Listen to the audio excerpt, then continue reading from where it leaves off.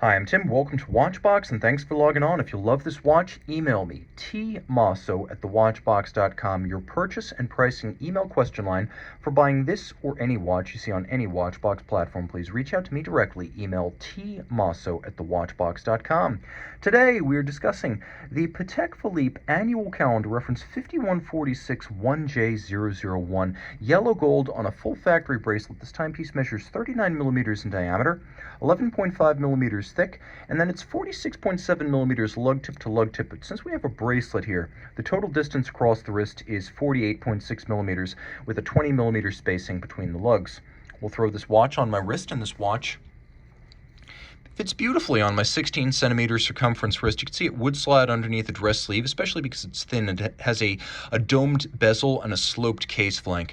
It's not too broad across the wrist, so even on the bracelet, I can recommend it for a wrist as small as 13.5 centimeters circumference, making this a viable unisex option. Elegant and nicely sized for him and for her.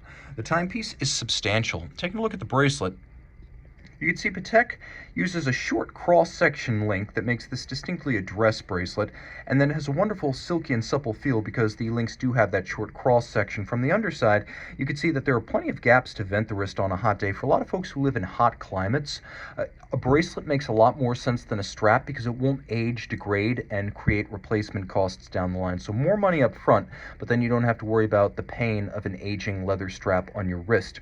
You can see that the removable links are fixed by pins and sleeves, which, while a little bit more complicated to size at home, do stay put and quite secure, and that's why Patek uses them. A double fold point clasp. You can see Patek uses spring-loaded pin snaps in here. Those are spring-loaded to allow the closure to remain tight to factory tolerances over time. The idea being that the clamshell, which locks the bracelet, can never aggress against the ceramic snap and can never wear it down. Therefore, the tolerances will be as snappy as the day this left Geneva, long after both you and I are pushing up daisies. The case is fluid and gorgeous, and you can see that it's a wonderful organic form as the lugs flow into the mid-case. It is obviously related to the Patek Philippe Calatrava series of dress watches. All of this is of high polish. You can see that there's a little bit of a loft and a curvature to the case, but then there's also a domed profile to the bezel. In good taste, Patek Philippe uses a little bit of countersink for the crown so it doesn't stick out quite as far from the case band. Now we have a lovely off-white cream lacquer dial with a bottomless glossy glow to it. It's bright, reflective, cheerful, and a nice match for the glinting gleam of the yellow gold hands, indices, and tri-Arabic numerals. It has a lot of the bottomless wet paint appearance that you get with enamel, but without the fragility or the costs of enamel. And you can see that the watch includes registers. You have the day, you have the date, you have the month, you have a moonphase. The watch is an annual calendar, an invention Patek registered in 1996. And the idea is that you only have to make one adjustment per year during the jump from February to March. The moonphase, however, has an adjustment interval of 122 years. So you set it, and 122 years later, you correct it. As you can see, there is a power reserve indicator at 12 o'clock. The watch can be wound manually, though it is an automatic winder, and it has a maximum of 45 hours of power reserve. It beats away at 8 beats per second.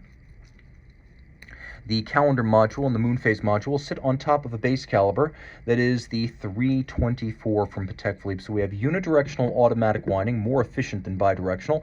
We also have ceramic rotor bearings, more efficient than steel and less maintenance intensive. We have Patek's free-sprung gyromax style balance architecture adjusted in 6 positions, not the chronometer standard of 5, 6. That's a superior adjustment.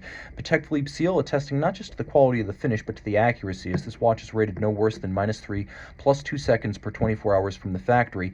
The balance has a hairspring made of silicone for anti-magnetism, and then you can see that it's just generally a gorgeous movement with handsomely blazoned linear and circular Côte de Genève, engine turning on the rotor, the reduction wheel, and the base plate, mirrored anglage on the edge of the bridges, as well as in the jewel and screw countersinks, and all screw heads are black polished with chamfered slots and chamfered circumference.